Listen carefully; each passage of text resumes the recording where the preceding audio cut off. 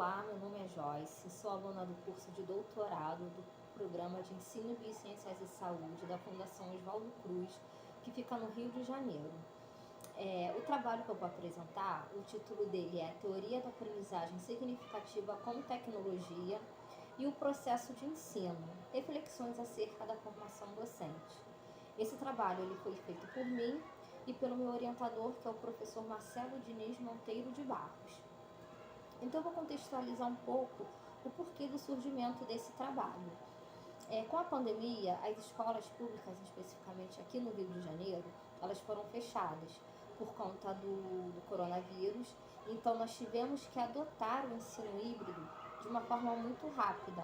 Ou seja, o que aconteceu com essa adoção dessa metodologia de ensino? Os professores, eles acabaram se sentindo um pouco despreparados, causando um pouco de desmotivação no fazer docente por conta dessa mudança abrupta de metodologia de ensino. Então, eu, enquanto coordenadora pedagógica, que era o que eu atuava na época, a minha percepção pessoal quanto a isso foi o quê?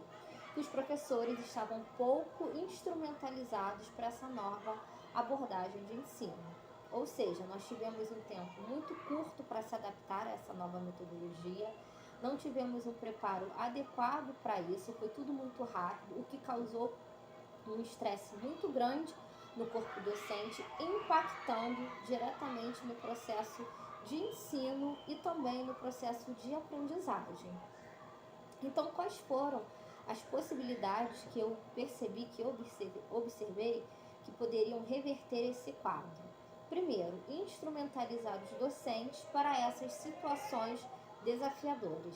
E que de forma a gente pode fazer essa instrumentalização? Promovendo formações continuadas voltadas para o docente, ou seja, formações que estejam de acordo com essa nova realidade inovadora, essa nova realidade tecnológica que nós estamos vivendo.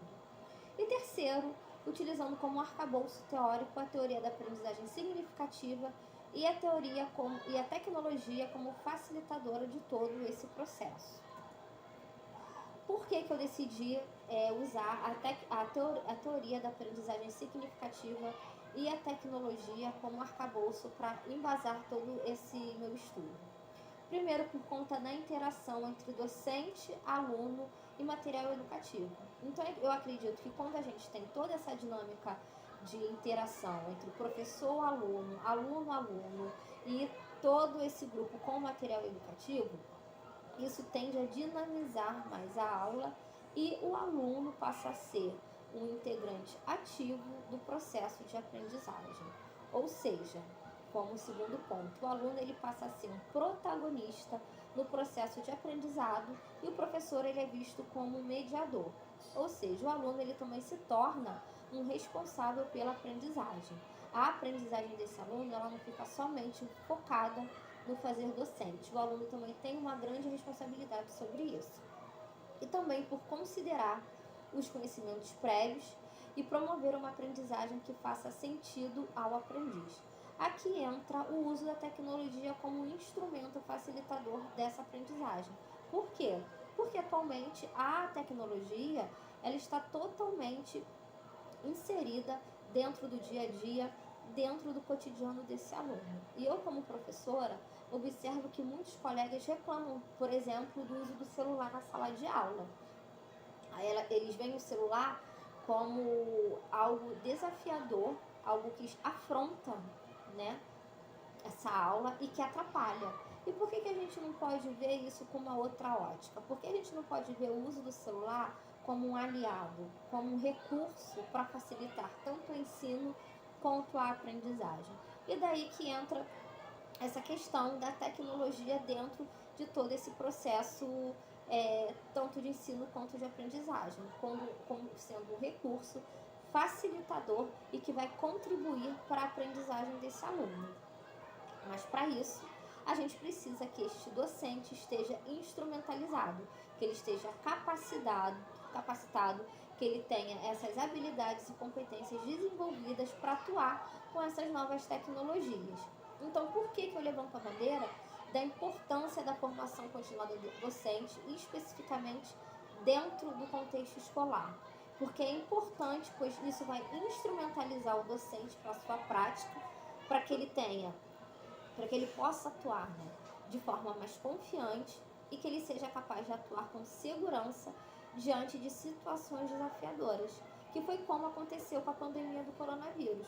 Nós tivemos uma situação totalmente desafiadora dentro do ambiente escolar, nós precisamos nos adaptar de forma muito rápida, nós tivemos que elaborar diferentes estratégias de ensino, diferentes estratégias que fossem atingir aquele aluno para que fosse possível facilitar essa aprendizagem. Só que não houve, por outro lado, uma capacitação especificamente para isso, o que ocasionou todo um estresse no âmbito educacional. Então, quando a gente tem um professor instrumentalizado, quando a gente tem um professor que reflete sobre a sua prática, que ele busca contribuir de forma impactante na aprendizagem desse aluno, isso consequentemente vai contribuir também para a formação desse estudante.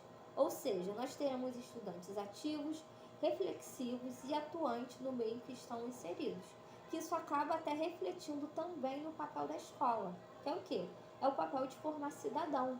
Então, quando a gente foca, sobretudo, na formação desse professor, na qualidade de ensino desse professor, fornecendo ferramentas para que esse professor possa atuar dentro da sua sala de aula de forma segura, de forma otimizada, que ele possa atuar com excelência, que ele possa promover um processo de aprendizagem que vai contribuir para a formação desse aluno, isso vai impactar diretamente na formação cidadã, que vai gerar o quê? O que se espera da escola, que é a formação de cidadãos reflexivos que possam atuar positivamente na sociedade em que vivem, né? Que eles sejam, que o nosso aluno não sejam pessoas passíveis de manipulação, que eles tenham autonomia, né? Que eles tenham autonomia para decidir o melhor caminho de ação e que eles sejam protagonistas